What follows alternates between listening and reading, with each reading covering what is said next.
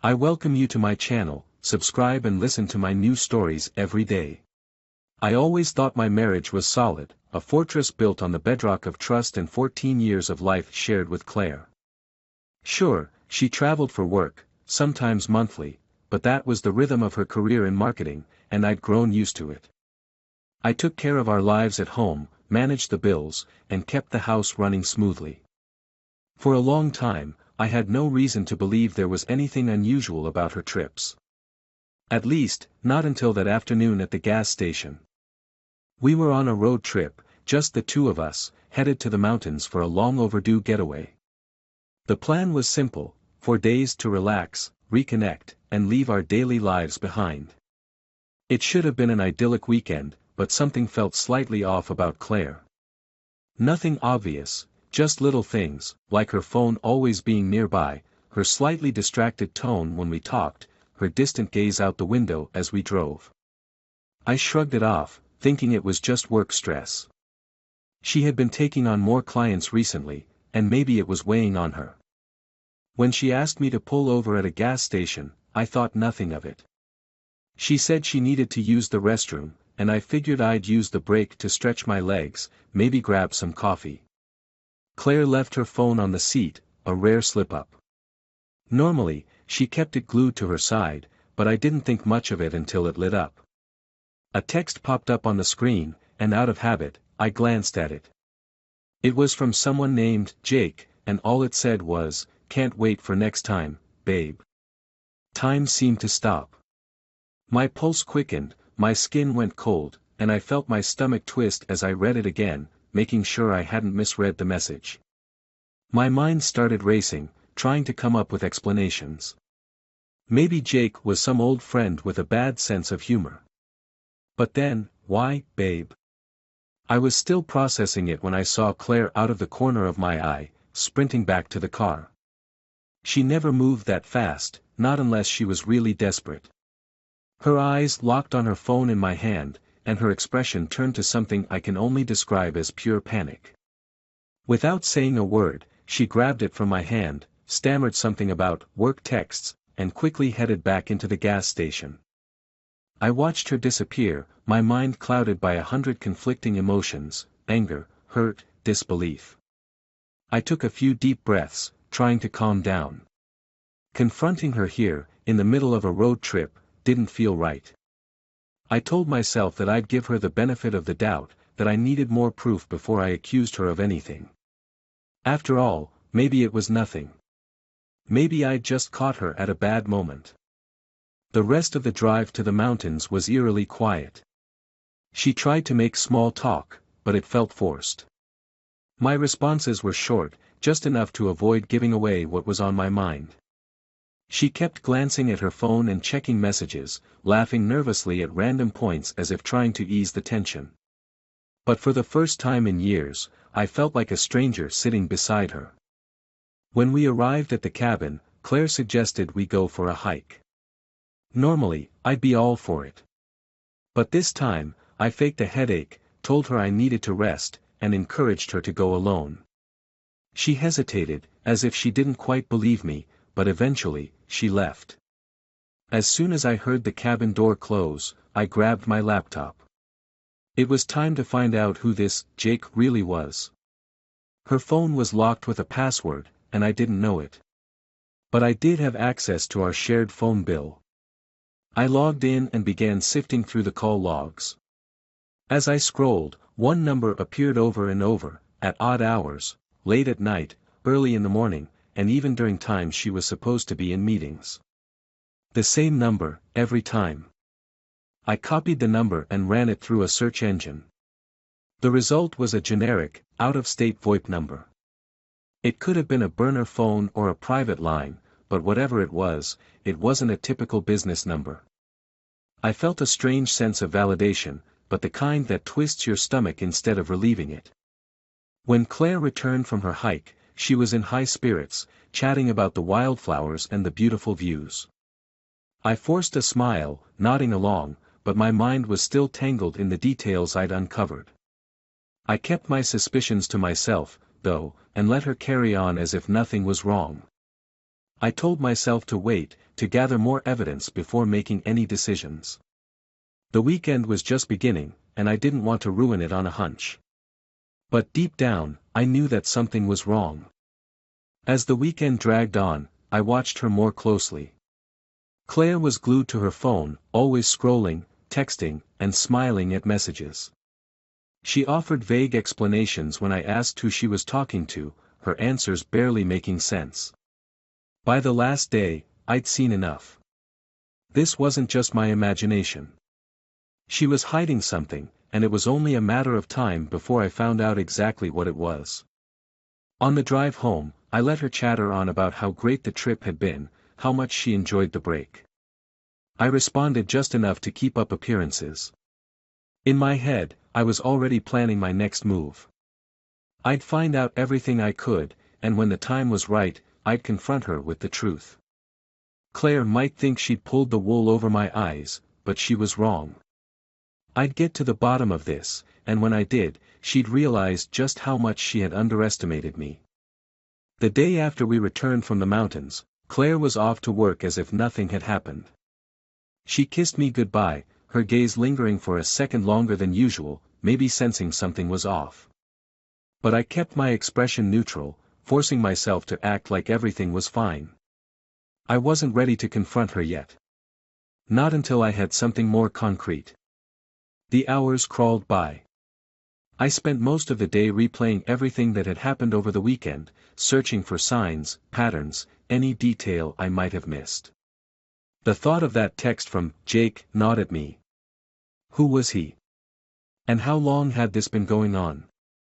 When I couldn't stand the silence any longer, I opened my laptop and logged into our shared phone bill again. The number I'd seen on her call log was there, listed dozens of times over the past few months. And the more I looked, the more I realized it wasn't just phone calls, there were text message logs as well. Late at night, early in the morning, even during times when she was supposed to be at work. Jake was a permanent fixture in her life. I sat back, taking a deep breath. My initial anger was turning into something colder, more calculating. I couldn't accuse her based on a few texts and calls alone, I needed undeniable proof. Something she couldn't twist or deny. That night, after Claire fell asleep, I began sifting through her belongings, careful not to leave any trace of my search. In her purse, I found receipts from fancy restaurants I'd never heard of, dates that matched her business trips almost exactly. Some were local, others from cities she'd visited alone. The pattern was undeniable. She hadn't just been meeting Jake, she'd been spending money on him, too. In a hidden pocket of her purse, I found a crumpled receipt for a jewelry store, dated about 2 weeks before our trip. My stomach clenched as I realized it wasn't just dinner she'd been treating him to. She'd bought something expensive, a necklace, according to the receipt. I remembered she hadn't mentioned any new jewelry lately. So either it was a gift, or she was hiding it. I felt like a detective piecing together evidence in a case that would shatter my own life. When I returned to bed, I lay awake, staring at the ceiling. Part of me wanted to wake her up and confront her right then and there, to demand the truth. But I held back, letting the anger simmer inside me. If she wanted to play games, I'd play, too. But I'd play by my own rules. Over the next week, I started to notice more things. She was unusually guarded with her phone, always keeping it face down on the table or tucked away in her purse. When she'd go to the bathroom or leave the room, she'd take it with her, as if she knew I might look. She seemed nervous, too, her laughter was forced, her smiles tight. It was like watching a stranger wear my wife's face. One night, while she was asleep, I went through her phone again.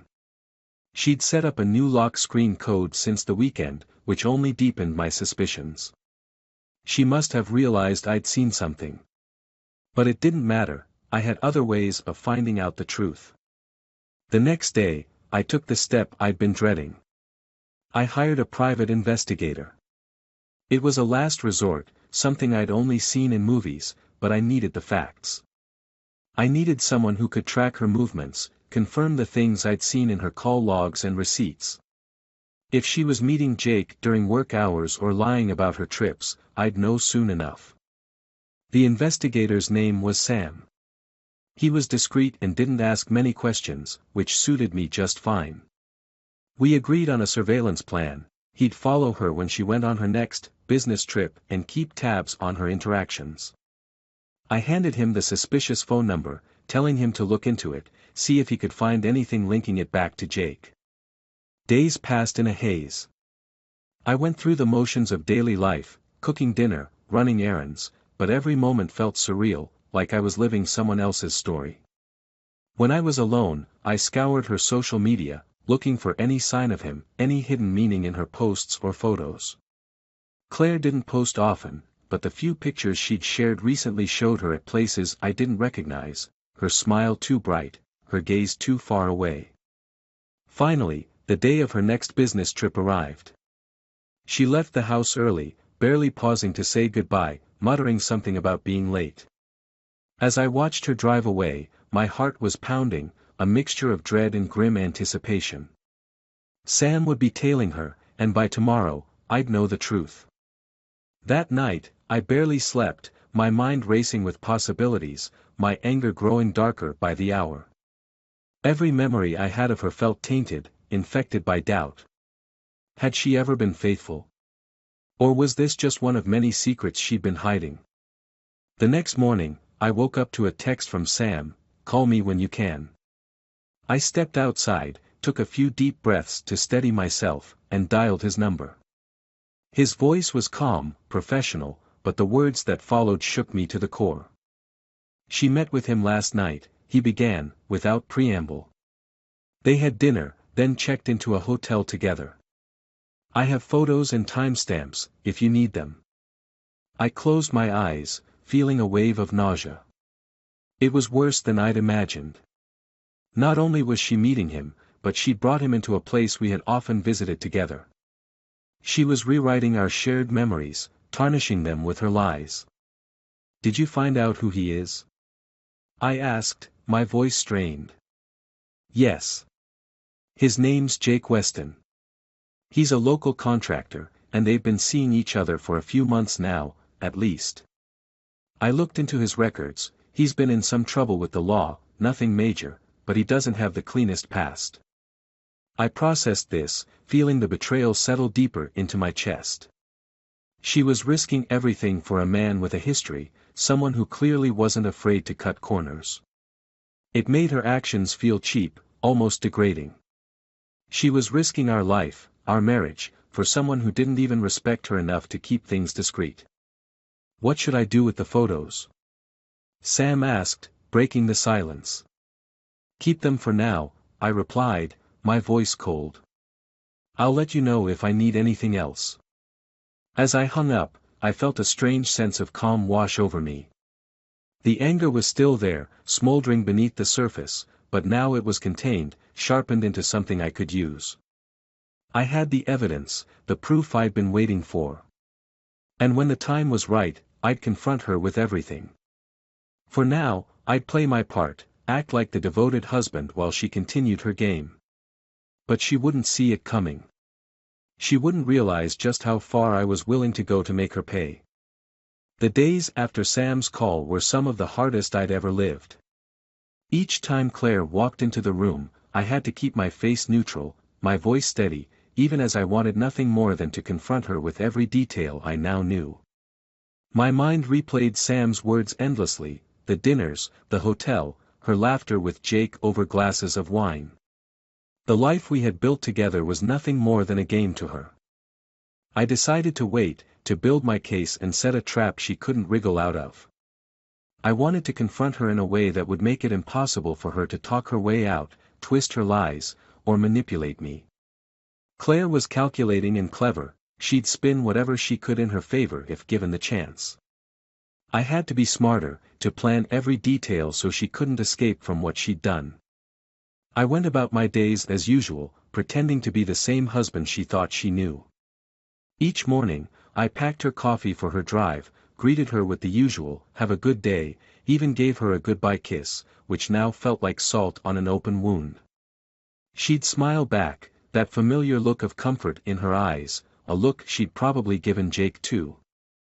I had to fight the bile that rose in my throat every time she left. But beneath the surface, I was setting everything in motion. I met with a divorce lawyer, someone who specialized in infidelity cases and had a reputation for leaving cheaters with next to nothing. Together, we outlined the legal steps. Thanks to the evidence Sam had gathered, the lawyer was confident we could take the house, most of our shared assets, and even manage primary custody of our dog, Tessa. Claire would be left with only the basics, enough to keep her on her feet, but not much more. I'd make sure she felt the weight of her betrayal every day. Then, as if by some divine timing, Claire announced she'd be going away for a weekend work trip. I acted oblivious, nodded along, and even offered to help pack her bags. She looked at me, surprised, probably thinking she was so clever for keeping her secret. She'd probably meet Jake at the hotel, laugh at the poor husband waiting at home, so completely in the dark. What she didn't know was that I'd already booked a room at the same hotel. I planned to leave for the hotel a few hours after she did, waiting until I was certain she'd be checked in. I called Sam and told him to meet me there, wanting him nearby as a witness, someone to document everything that would happen. If she thought I'd be the quiet husband who walked away with a broken heart, she was wrong. I was going to make sure that when I confronted her, she'd have nowhere to run. On the day of the trip, I watched her pack, listened to her talk about important meetings she couldn't miss. She even had the nerve to kiss me on the cheek and say, "I'll miss you." The words felt like daggers, but I swallowed them down, smiled, and said, "I'll miss you, too." After she left, I sat in the silence of our empty house for a long time, trying to calm the anger boiling in my chest. Then, when I couldn't sit any longer, I grabbed my bag, locked the door, and drove to the hotel. The hotel was quiet, tucked away in a town just outside of the city. As I walked through the lobby, I kept my face impassive, giving nothing away. Sam was waiting for me in the lounge, blending in with the other guests. He nodded as I passed, his gaze understanding. We'd gone over the plan a dozen times. I'd enter her room alone, confront her, while Sam recorded everything from outside, ensuring I had solid proof for the court. This wasn't just about revenge, it was about securing the outcome I wanted, and I wouldn't let her slip away on a technicality. As I approached her door, I felt my pulse quicken. For a second, I hesitated, thinking about the life we'd shared, the years of memories. But then, all I could see was her deception, her selfishness. I knocked on the door, my knuckles rapping sharply against the wood. There was silence, then the soft shuffle of footsteps. When the door opened, I saw her face shift from surprise to panic in an instant. She tried to shut the door, but I blocked it, pushing it open and stepping inside. Her voice wavered, What are you doing here?" "I think that's my question," I replied, my voice cold. "Who are you here with, Claire?" She stammered, her eyes darting toward the bed where her things were scattered. Her phone lay on the nightstand, its screen dark. But even without seeing Jake, I could feel his presence in the room, in the way she looked everywhere but at me. "I don't know what you're talking about," she said, feigning innocence, her hands twisting nervously. "Oh, don't play games, Claire. I know exactly who you're here with. Jake Weston, right? Your little work friend." Her face went pale, her mouth opening in shock. She tried to deny it, but her words stumbled over themselves, revealing her guilt more than any admission ever could. Before she could say another word, I pulled my phone from my pocket, showing her the photos Sam had sent me. Images of her and Jake, caught in moments of stolen intimacy, were laid out in front of her. I watched her face crumble, the facade she'd kept so carefully cracking into pieces. She started to speak, her voice trembling. "It's not. I didn't mean. I didn't want you to find out like this." "Find out like this?" I scoffed. "You didn't want me to find out at all, Claire. You wanted to keep living your double life, playing the loving wife at home and running off to be with him. The anger I'd held in check for so long erupted, each word cutting through her defenses. I didn't yell. My voice was low, sharp, and controlled, but each syllable hit her with the weight of everything she'd done. Did you ever think about what this would do to me? I demanded. Did you even care, or was I just some convenient fixture in your life? She sank onto the bed, her hands covering her face. I'm sorry, she whispered, but her words sounded hollow, meaningless. Sorry? I echoed, shaking my head. Sorry doesn't cut it, Claire. Not after what you've done. There was a knock at the door, and I knew it was Sam, there to witness the final moments of our confrontation. I opened the door, letting him in as Claire looked up in confusion, her eyes widening as she realized I had a witness. Meet Sam, I said, gesturing to him. He's been helping me for the past few weeks, documenting your little escapades. She looked at me, horrified, realizing the full extent of what I'd done. She knew there was no talking her way out, no last-minute explanation that could save her now. She opened her mouth as if to speak but fell silent, her shoulders slumping in defeat. I walked toward the door, pausing for a moment as I looked back at her. When I get home, I'll be contacting the lawyer. I'd suggest you get your things in order. You're going to need a new place to stay. With that, I turned and walked out, Sam following silently behind me. As we stepped into the hallway, I felt a sense of release, the weight of the lies and betrayal finally lifting. I knew this was only the beginning, that there'd be more battles to fight in the days ahead, but for now, I was free. As I walked out of the hotel, I felt the cold night air hit my face, a sharp reminder of the fresh start ahead. Claire's betrayal had taken everything from me, but it had also given me something new, a clarity, a freedom I hadn't felt in years. I'd rebuild from here, piece by piece, and leave her lies behind. After the confrontation at the hotel, life took on a strange, detached quality, as if I was observing everything from outside myself. Claire moved out quietly, taking only what she needed, her step somber as she avoided my gaze. The house felt empty in a way I hadn't anticipated, a shell of the life we'd built together. But strangely, I didn't feel sad, I felt liberated. The anger, the betrayal, they had given me a new sense of purpose, and I was determined to move forward without her. My lawyer made quick work of the divorce, using the evidence Sam had gathered to leverage our case. Within weeks, we had reached a settlement. I kept the house, most of our assets, and even Tessa, our dog. Claire didn't put up much of a fight. It was almost as if she knew that I was done, that there was nothing left to salvage. But then, one evening, about a month after the dust had settled, I got a call. It was a number I didn't recognize, and out of habit, I let it go to voicemail. A few minutes later, I listened to the message and a chill ran through me. It was Jake.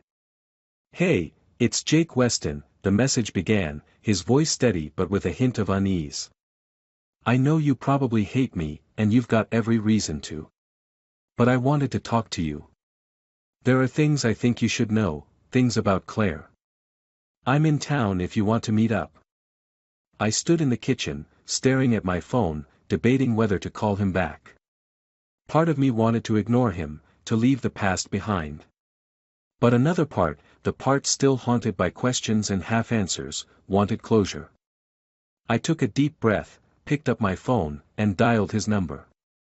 Jake answered on the first ring, and we arranged to meet at a small diner on the outskirts of town. I was on edge as I drove there, unsure of what he could possibly have to say. But when I walked in, I saw him right away. He was sitting alone in a corner booth, looking tired and older than I'd expected. He motioned for me to sit, and I did, folding my arms as I waited for him to speak. "Thanks for meeting me," he said, his voice low.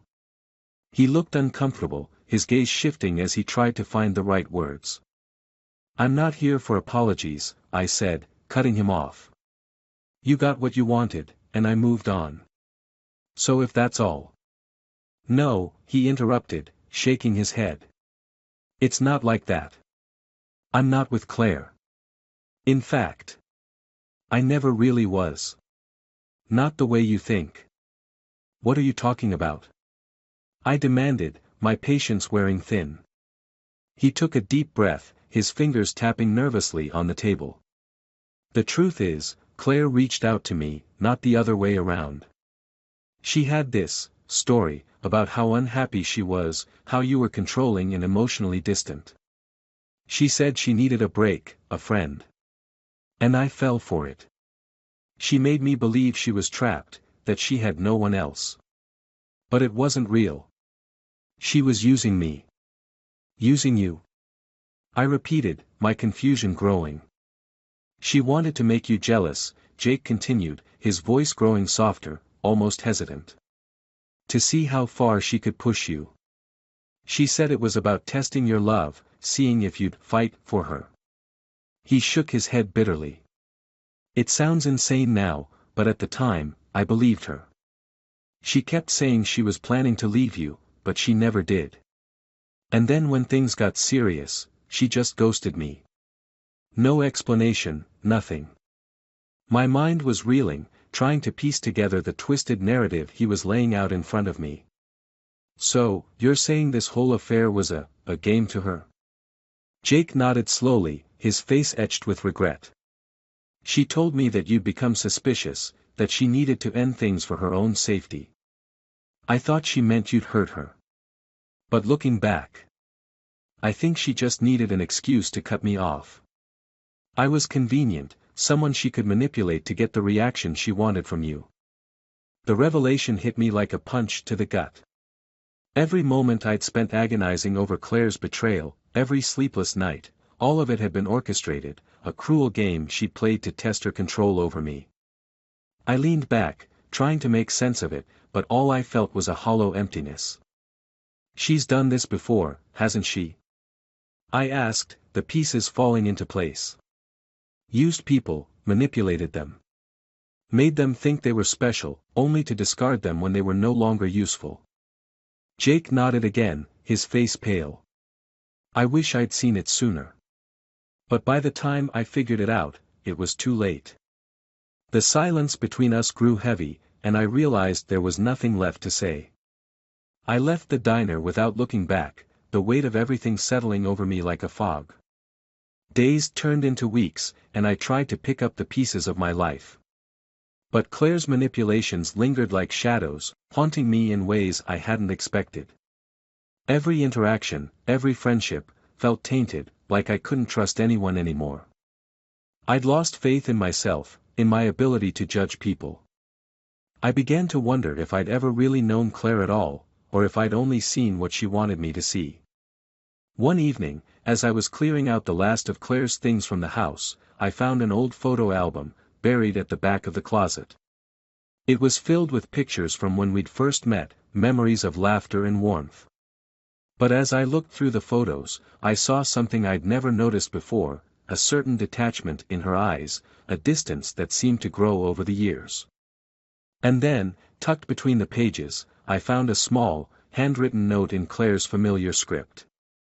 It was brief, just a few lines, but it was enough to stop my heart cold.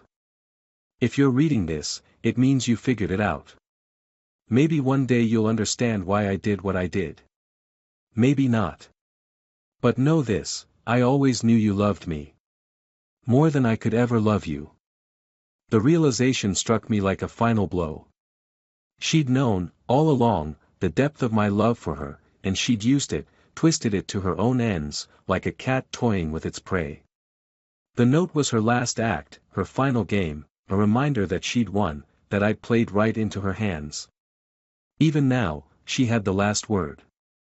I crumpled the note in my fist, feeling the familiar anger return, but this time, it was different. It was colder, quieter, a resolve. I would move forward, rebuild my life on my terms, and leave her ghost behind.